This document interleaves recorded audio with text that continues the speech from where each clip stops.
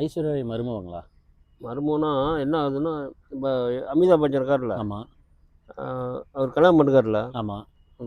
மகனோட மாவன் கல்யாணம் பண்ணிருக்கிறான். ஆ. அக்கா அது கூட இங்கே பிறந்த இருக்கிறாங்களா உங்கள் ஊரில்? கூட பிறந்த அக்கா. ஆ. அக்கா வந்து அது இப்போ மாடு வளர்த்திக்கிட்டு இருக்குதுங்க. ஆ.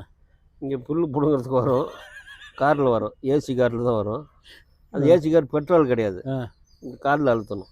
இந்த காரில் அழுத்தம் ஏசி சல்லுன்னு போவோம். ஒரு அங்கேருந்து ஃபோன் பண்ணாங்க, ஃபோன் எடுத்து சொல்லிருக்கோம் ஐஸ்வர்யாவுக்கு பேசுறதுக்கு. ஹலோ ஹலோ அப்படிங்க.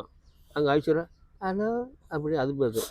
அவங்க அக்காவுக்கு பெரிய குரல், 3 குரல் ஒன்றா வச்சுட்டாங்க. வாய் 3 வாய் ஒன்றா வச்சுருந்தாலும் அழாங்க. ஷூ போட்டுட்டு போகுதுண்ணா? இதுக்கு மிலிட்ரியில் இருந்தாங்க. மிலிட்ரியில் கொடுத்த ஷூ மீதி பழசு கடைஞ்சல் தூக்கிட்டு வந்துச்சுங்க. அதை போட்டுக்கிட்டு காட்டுக்குள்ளே புல் போடுங்க. ஏன்னா அங்கே பாம்பெல்லாம் இருக்கும், அந்த ஷூவை பார்த்தோன்னு பயந்து ஓடி போயிடும். ஏன்னா பெரிய பாம்பு இதாட்டுக்குது. அவங்களோட சொந்தக்காரங்க இங்கே இருக்கிறாங்க, புல் பிடுங்குறாங்க, மாடு வச்சுருக்காங்க. அப்படி அவ்வளோ அழகாக இருப்பாங்க அவங்க. ஐஸ்வர்யா அமிதாப் பச்சன் மருமக கூட அவ்வளோ அழகு இல்லை.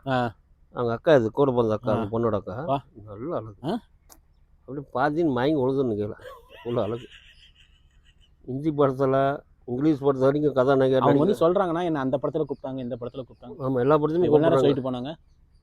எல்லா படத்தையும் கூப்பிட்றாங்க, ஆனால் கூட்டிகிட்டு போக மாட்டாங்க. படம் இவ்வளோ நேரம் என்னை ஃபோட்டோவை பார்த்துட்டு அவங்கள கூப்பிட்டாங்க, இவங்கள கூப்பிட்டாங்க. நான் ஸ்கூட்டர்லாம் ஓட்டியிருக்கிறேன். ஸ்கூட்டர் உட்காந்து அந்த காலத்தில் தாவணி போட்டுக்கிட்டு இப்படி ஓட்டுற மாதிரி உட்காந்து நிஜமாவேவா இப்படி திருப்புவாங்க. அப்படி திருப்புவாங்க இப்படி ஸ்கூட்டரை. அது ஒரு காலேஜ் பையன் எனக்கு இந்த ஃபோட்டோ தான் வேணும் அப்படின்னு வாங்கிட்டே போயிட்டான், விடவே இல்லையா. அதுக்காக வந்து அழுது கூட வாங்கி போனாங்க. இப்படி வந்து பேசிட்டு போகிறாங்க இவங்க. யாரு இப்போ வந்து பேசிட்டு போனாங்களே? ஆமாம், அதெல்லாம் உண்மையா இல்லை? ஒரிஜினல் உண்மை தான். பொய்யெல்லாம் பேச மாட்டாங்க. பொய்யுங்கிறது அவங்க வாழ்க்கையில் என்னன்னே தெரியாது. கடவுள் கற்றுக் கொடுக்கல, அதை உண்மையை மட்டும்தான் கடவுள் சொல்லியிருக்காரு. பொய்யுன்னா அப்படின்னு ஒரு வார்த்தை இருக்குதான்னு அவங்க கேட்பாங்க. அந்த மாதிரி ஒரு வார்த்தை இருக்குதா, பொய்யா அப்படின்னு என்ன அப்படின்னு கேட்பாங்க. ஆனால் ஏதாவது சான்ஸ் கேளுங்க நீங்களும். அவங்களுக்கு தான் இவ்வளோ பெரிய ஆளுங்களுக்குலாம் தெரியும், சொந்தக்காரங்க. அதுவும் எனக்கு தான் ஒரு சான்ஸ் கேட்டுக்கிட்டு இருக்கிறேன், ஒரு சீன் தான் படத்தில் நடிக்கிறதுக்கு. ஏதோ மாடு கீடு மேய்க்கிற மாதிரி ஒரு சீன் கொடுமா, உங்கள் மாட்டையே நான் மேய்க்கிறேன் படத்தை வர மாதிரி கேட்டுருக்குறேன். மாட்டுக்கு மேலே ஏறி உட்காந்துக்கிறீங்களா? மாட்டு மேலே ஏறி உட்காந்து கொம்பை பிடிச்சிக்க, வண்டி ஓட்ட மாதிரி கிளச்சு லெஃப்ட்டில் ரைட்டில் எக்ஸலேட்டர் இருக்கு மாட்டு கொம்புலையும். இழுக்குமா நான் மாடு? இழுக்குமா, எகிரி குச்சி கீழே தள்ளி விட்டு போயிடும். ஒரு ரூபா முட்டு ரிவர்ஸ்லேயும் முட்டு போயிடும். இங்கடா இங்கே ஏறி உட்காந்து வண்டி ஓட்டுறப்ப ஏடா உன் பைக் வச்சாலும் என்கிட்ட காட்டுறா அப்படிங்க. சைலன்ஸ் வாழை பிடிச்சின்னு நல்ல வீலிங் ஆகும். வாழை பிடிச்சினா வீலிங் ஆகும் மாடு, அப்படி 2 நாள் வீலிங் ஆகும். அப்படி என்னை கமிச்சு விட்டு போயிடுது.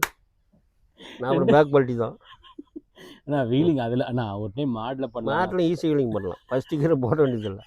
2 ஒரு கொம்பை கையில் பிடிச்சிக்கணும் ரைட் சைடில், பின்னாடி கை விட்டு அந்த வால் இருக்குதுல திருப்பி சைலன்சர் வால் இருக்குதுல திருப்புனுங்க, அப்படியே வீலிங் ஆகும். நம்மளை கமிச்சுட்டு போயிட்டே இருக்குது. கோவம் வச்சுன்னா ஒரு மேய்ச்சிட்டு கூட போவோம். அந்த மாதிரி வீலிங் அது.